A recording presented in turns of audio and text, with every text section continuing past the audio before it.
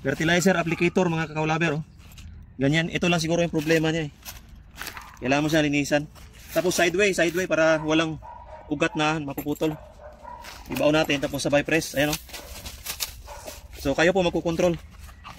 Ito po yung control. Hindi ka, tayo. Dito po yung kontrolan. Ay, lagi ka. Dito po yung kontrolan. Ito. Paghatak mo, lalabas siya 100 grams, 150, depende sa tagal. Parang ganito. Tapos igaganyan mo. Ito, paubos na eh.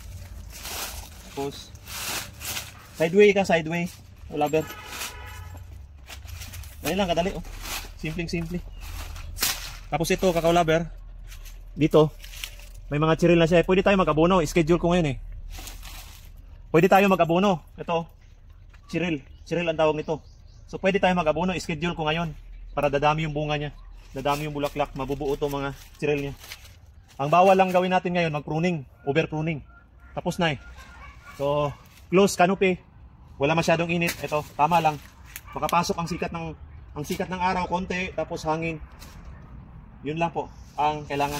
Ito pwede tanggalin. Ito. Pwede ito tanggalin. Pata pa kasi na, tingnan mo. Yan. Ito kasi mga batang mga sanga, hindi mamumulaklak ito. Hindi magdadala ng bunga. Iiwanan natin itong luma. Ito, itong brown na mga sanga. Siya yung magdadala ng bulaklak ng mga bunga. Itong luma, pwede itong tanggalin. Yan, katingin natin. Gusto natin. Para mas dumami pa yung kanyang bunga.